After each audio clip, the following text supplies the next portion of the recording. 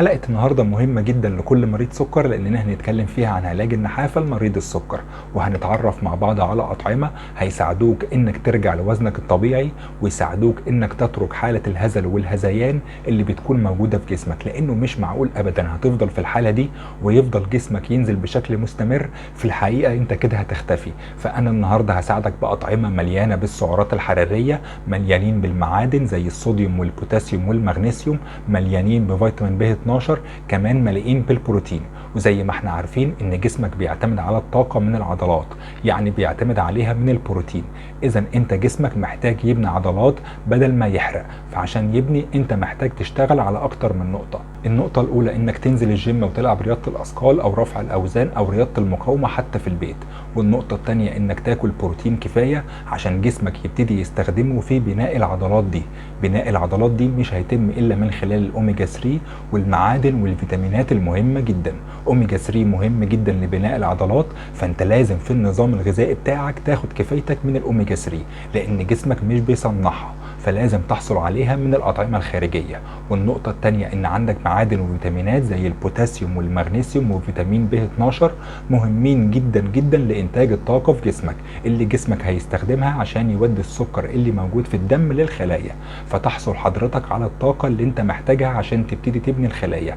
ويبقى عكسنا الآية، فبدل ما كان جسمك بيحصل على الطاقة من البروتين اللي موجود في العضلات، لا، جسمك هيحصل على الطاقة من السكر اللي انت محتاجه. بس في مشكلة كبيرة قوي، ممكن كل الكلام اللي انا قلته ليك ده ما تستفادش بيه وما ينفعكش. لو انت عندك مشاكل في المعدة زي قلة درجة حموضة المعدة او ارتجاع المريء او التهابات المعدة، او كنت بتاخد ادوية بتزيد من درجة الحموضة بتاعة المعدة، كل الحاجات دي ممكن تسبب عدم امتصاص كل المعادن والفيتامينات واولهم البروتين اللي حضرتك هتبني بيه. فلو انت عندك المشكلة دي لازم تتجه بسرعة جدا انك تعالجها. ولو عايزين حلقة مخصوص ازاي نعالج المشكلة دي في البيت عرفوني تحت في التعليقات.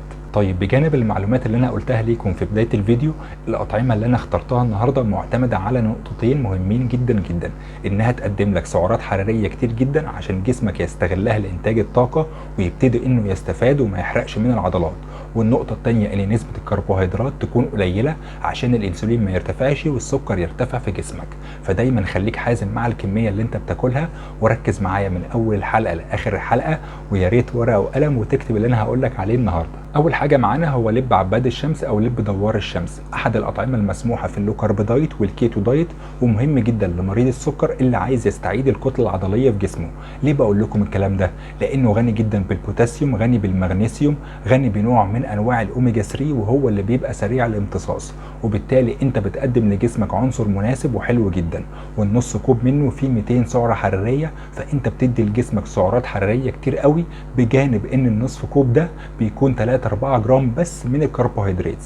فانا بنصحك باستخدام لب عباد الشمس او لب دوار الشمس في نظامك الغذائي. تاني حاجة معانا هي منتجات الالبان، وانا النهاردة مش بتكلم عن كل منتجات الالبان، عندنا نوعين مهمين جدا لازم يدخلوا في نظامك الغذائي عشان يمدوك بالسعرات الحرارية العالية قوي وقليلة الكربوهيدرات او تقريبا خالية من الكربوهيدرات خالص. احنا النهاردة بنتكلم عن نوعين بس، هو جبن الماعز والموتزاريلا، لازم يدخلوا في نظامك الغذائي اليومي عشان زي ما قلت لكم سعرات كتير وكربوهيدرات قليلة. ولو انت عايز النظام الغذائي بتاعك يكون فيه سعرات حرارية كتير او كربوهيدرات قليلة، فانا بنصحك تستبدل لبن البقر بلبن حليب جوز الهند. اولا لان حليب البقر بيكون فيه سكر اللاكتوز، وسكر اللاكتوز لو انت اخدت بقى اللبن خالي الدسم هيخلي مستويات السكر في الدم بتاعتك تعلى بسرعة جدا. وعلى الوجه الاخر حليب جوز الهند اقل بنسبة 5-10% من السكريات اللي موجودة في اللبن العادي، لذلك ينفع يكون بديل عن حليب البقر. وكمان الكوب الواحد من حليب جوز الهند فيه من 400 ل 500 كالوري في اليوم، 500 سعرة حرارية في اليوم، ودي حلوة جدا جدا لان انت من كوب واحد خدت كمية طاقة كتير وخدت كمية كربوهيدرات او سكريات قليلة قوي. لذلك من النهاردة لو انت مريض نحافة وعندك سكر، انصحك تستبدل حليب البقر بحليب جوز الهند.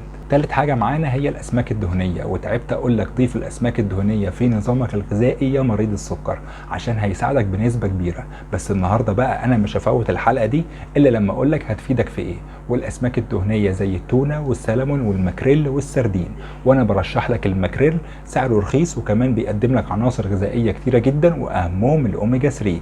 طيب نرجع لميزة الأسماك الدهنية في نظامك الغذائي.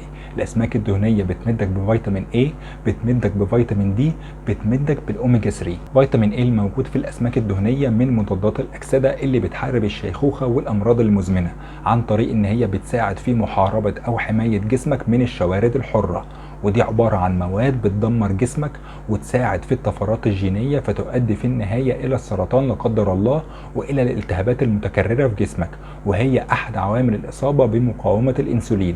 لذلك الأسماك الدهنية مهمة جدا جدا إنك بتحصل منها على فيتامين A.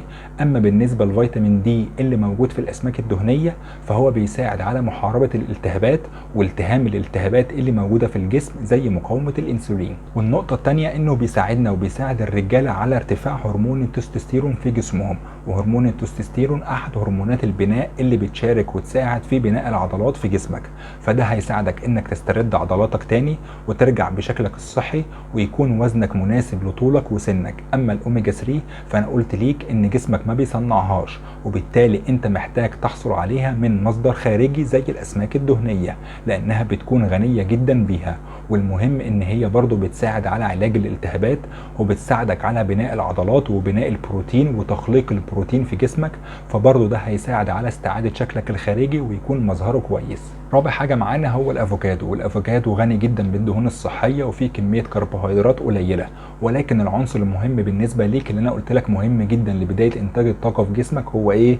هو البوتاسيوم. الافوكادو فيه كمية كبيرة جدا جدا من البوتاسيوم، فانا بنصحك من النهاردة دخل الافوكادو في السلطات بتاعتك، اعمله مع البيض، خده على الفطار، خده على الغداء. المهم ان انت تكتر من الاطعمة اللي المفروض تكون بتساعدك على زيادة الوزن في جسمك لو انت مريض سكر وعندك نحافة. خامس حاجة معانا هو ملك الزيوت النباتية زيت الزيتون.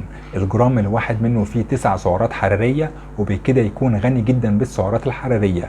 ممكن تضيفه على كل الأطعمة اللي انت بتاكلها سواء كان البيض أو السلطات، أو ممكن يتم الطهي بيه. بيساعد على تحسين النشاط العقلي وبيساعد على تحسين عملية التمثيل الغذائي وعملية البناء في جسمك، فأنا بنصحك تدخل زيت الزيتون معاك ما تنساش لأنه مهم جدا. وسادس حاجة معانا انك تحاول قدر الامكان انك تدخل زيت جوز الهند في اكلك. ليه؟ لان زيت جوز الهند فيه عنصر مهم جدا جدا وهي زيوت الMCT، والزيوت دي لو احنا سألنا بعض الناس الرياضيين ومحترفين الرياضة هيقولوا لك انهم بياخدوا الMCT لانه مليء بالسعرات الحرارية. وكمان مش بس كده، ده سريع الامتصاص جدا، فلو انت عايز تعمل رياضة وتلاقي طاقة لجسمك الرياضيين بيلجأوا لزيوت الMCT لانه اسرع طعام ممكن يمتص منه الطاقة، وبالتالي يقدر يؤدي النشاط في الجيم او يؤدي لتحسين عمليه البناء في الجسم بشكل احسن.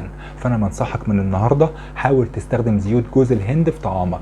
سابع حاجة معانا هو اللحم الأحمر، وخصوصا كمان اللحم المدبج بالدهون مهم جدا جدا جدا عشان هيمدك بسعرات حرارية كتير، مفهوش كارب تقريبا، في عناصر مهمة جدا لعملية التمثيل الغذائي أو عملية البناء الغذائي في جسمك وبناء البروتين زي الزنك وزي الحديد وزي المغنيسيوم، فركز في أكلك على اللحم الأحمر. تامن حاجة معانا هي المكسرات، وهقولك في نهاية النقطة دي أي نوع من المكسرات مهم جدا جدا لمريض السكر اللي عنده نحافة. المكسرات وجبات خفيفة مليانة بالسعرات الحرارية، مليانة بالدهون، قليلة أو تقريبا خالية الكربوهيدرات. المكسرات فيها أوميجا 3 تحديدا نوع ALA، وده عنصر مهم جدا لبناء العضلات في جسمك. والمكسرات بتحتوي على الزنك والنحاس والمغنيسيوم، ودي عناصر مهمة جدا لعملية البناء الغذائي في جسمك. والمكسرات كمان مليانة بالألياف، وده بيساعدك على الإحساس بالشبع لمدة طويلة. بس نقطتين مهمين جدا لو انت هتاكل مكسرات في نظامك الغذائي عشان تزيد في الوزن: أولا ما تكونش المكسرات مملحة ولا متضاف عليها أي سكر أو نكهات.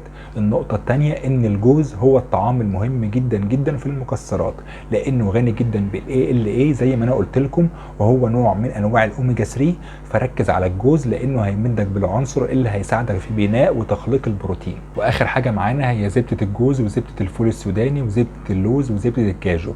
مهمين جدا انك تدخلهم في نظامك الغذائي من حين لاخر عشان هيساعدوك بسعرات حراريه كتير وكربوهيدرات منخفضه.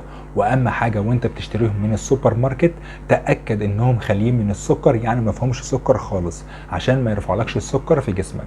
اتمنى النهارده ان انا اكون قدرت افيدكم بالاطعمه دي اللي هتساعدك على زياده الوزن في جسمك، طبعا ده بجانب الرياضه وبجانب الحلقات اللي احنا هنقولها في الفتره الجايه. دمتم بصحه وخير، كان معكم دكتور ضياء الدين واشوفكم الحلقه الجايه، والسلام عليكم.